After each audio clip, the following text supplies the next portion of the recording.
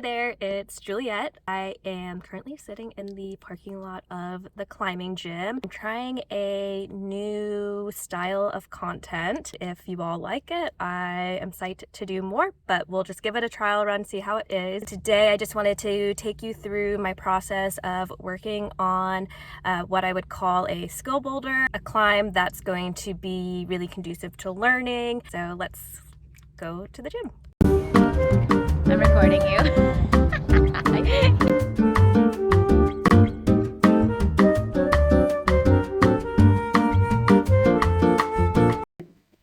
All right, I am going to have to figure out the audio on this, but we're going with iPhone and cheap earbuds. They recently added more slab boulders, and for focusing on skill building and learning, I definitely recommend sticking to more vertical climbs or slab. And this is going to be at a level a couple grades below what you would normally project, so something that should feel manageable but still challenging. What we're really looking for here is some level of complexity, something that's going to feel a little bit like a puzzle. It's not going to be super straightforward, and it's going to just challenge you to get creative, try different things, and work through a problem. I'm going to start on this yellow boulder here, and before getting on, the first question that I ask is, what information do I have from the ground? So right off the bat, I can see that there aren't a ton of holds. There are 5 hand holds and only 1 foothold, so there aren't a ton of options, which to me means it'll either be really tricky or really straightforward. I actually haven't climbed on these holds before, so from what I can feel from the start hold, it's got a really good lip on it and a nice texture, so that's good to know. And the only other thing I can really see is that it looks like the last move might be a little dynamic because of how few footholds there are, but I'm going to pull on and see if the information I could see from the ground was right.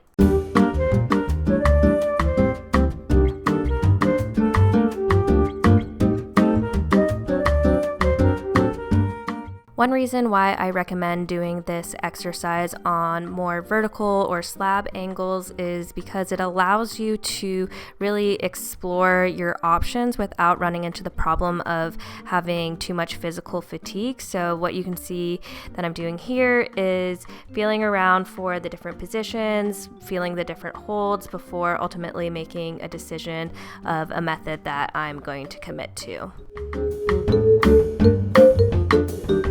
All right, that was about what I expected. I guess I didn't expect the move to that right hand to be kind of dynamic, and that foothold is not as good as I was hoping. So I think I'm actually going to switch shoes and put a stiffer shoe on so that I can really make use of it.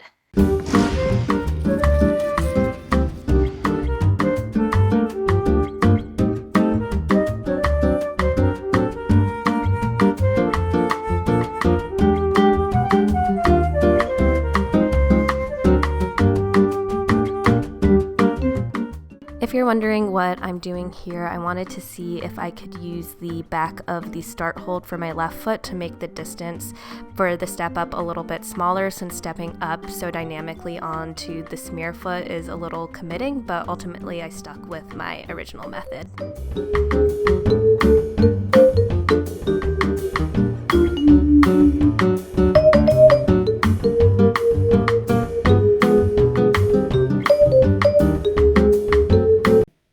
All right, the top ended up being a little different than I expected.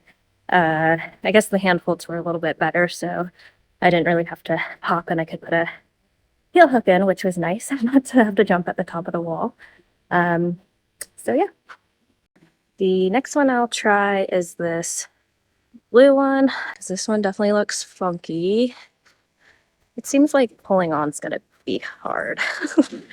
I think ideally I'm going to end up with my hand on this guy so that I can kind of lay back and get into these side pulling holds, and then the feet really kind of peter out at that point. So it's definitely, I think, going to be kind of a go-y move going to that right hand, and the finish position looks kind of challenging too. This is one that I think I'm just going to have to get on and see what happens.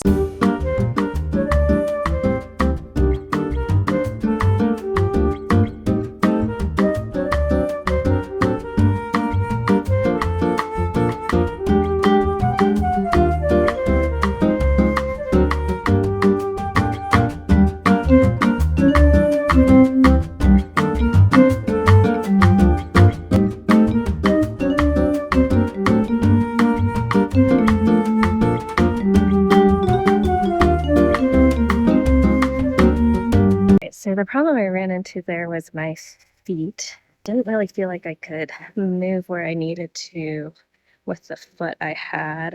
This is so vertical that I'm gonna want my hips over to the left to be able to like lay back on it.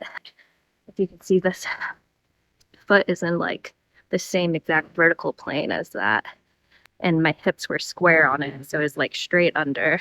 So I need to figure out a way to turn my hips back over there, or maybe the other possibility would be that I don't go to this with my hand at all, but just gonna have to keep trying some different things.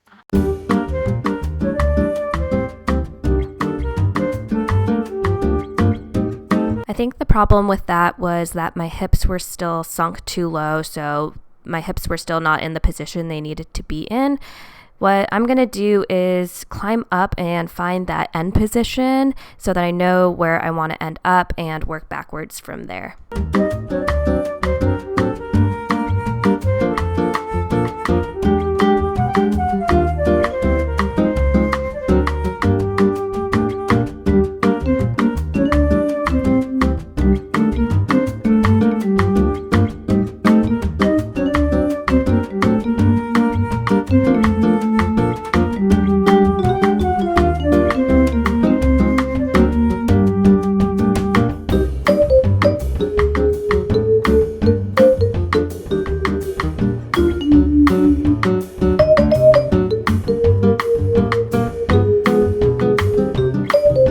I want my right heel on that triangle, and then my right hand's going to go up really high. And then when I pulled on, the left hand is still on the lower part of that hold.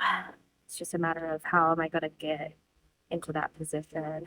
I could still do that bump, try and hand heel match to go for the waist. Saying that, it seems like it would be hard, but worth a try. The next couple moves were okay. And then that barn door move to the right hand was difficult, but I'm going to figure that out later. I'm going to keep focusing on this starting sequence and see if I can figure it out.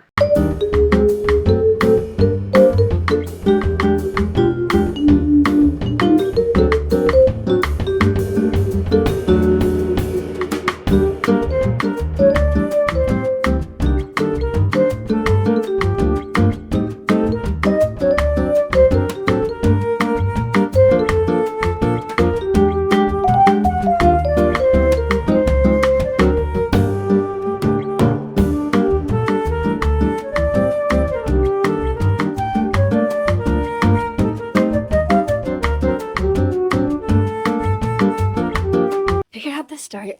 And next is that barn door move. I feel like I'm not fully committing. I know it's a good hold, and I know if I had both hands on it, I could hold the swing, but I think I get up there and I get a little timid and I don't want to fully commit to it. I am going to take a little rest. Then I think what I'll do is climb up into to that move, see if I can climb up to that move and try and commit a little bit more, and then also see how that ending position is, because it looks hard still. So yeah.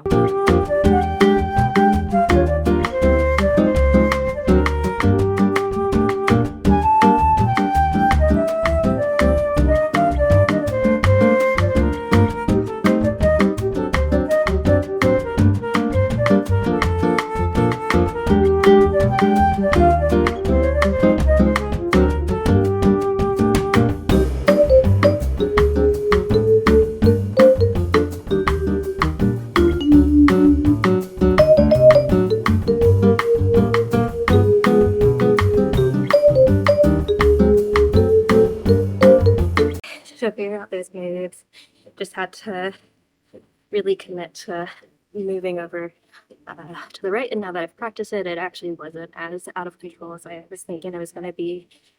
The finish move is definitely really spicy. With bubble wrap holds are pretty slippery for the feet, just like with how vertical it is. And the heel hook did work.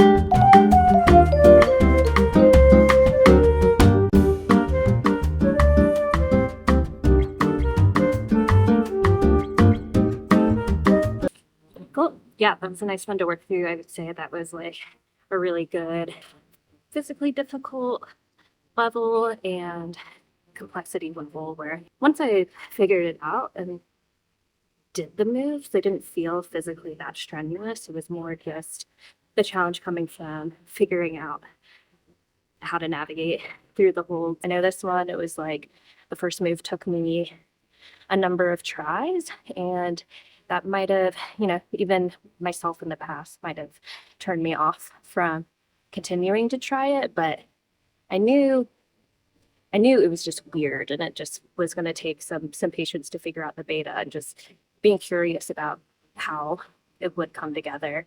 And so I knew it was worth sticking with and not just walking away because I was having trouble with the first move. All in all, this boulder took me just under 20 minutes to complete, which again tells me that this was an appropriate difficulty level.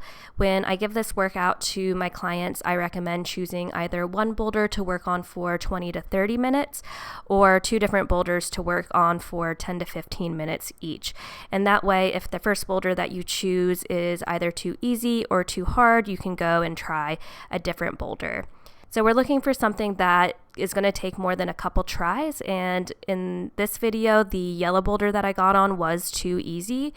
But we're also looking for something that's not going to necessarily turn into a huge project. So trying to find a really nice middle ground there. So that's my process for working through a skill or learning boulder. I hope you enjoy.